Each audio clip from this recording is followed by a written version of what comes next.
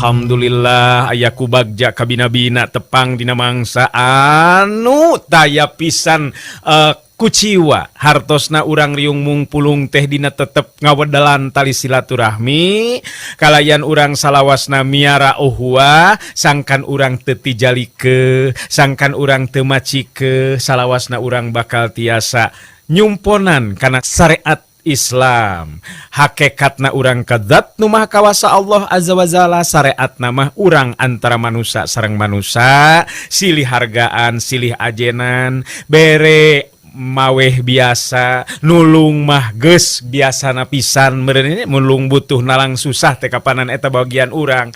Nah nu mawi dina sonten dina enjing dina siang urang salawasna munajat ka zat nu maha kawasa sangkan urang salawasna aya dina pangjaring pangriksa mantena. Mangga ayeuna wakepoh waktosna midangkeun carita nu katunda kamari naraskeun si Rawing Kiwari.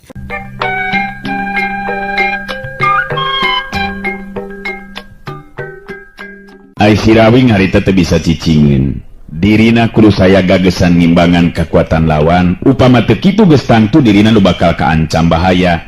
Kadang-kadang jiwana bisa ngalayan. Dina sikap jurus pamungkas ilmu pancatunggal si Rawing pancuh kuku dina tangtunganana.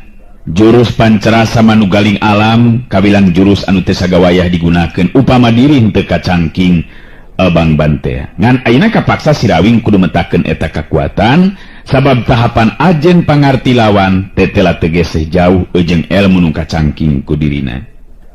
Dua sorot panon harita bantrok jalur rampang musirkeun kakuatan sapinuhna dirina geus nekad pikeun ngadu kakuatan puncak jeung nu jadi lawan. Si Rawing katingal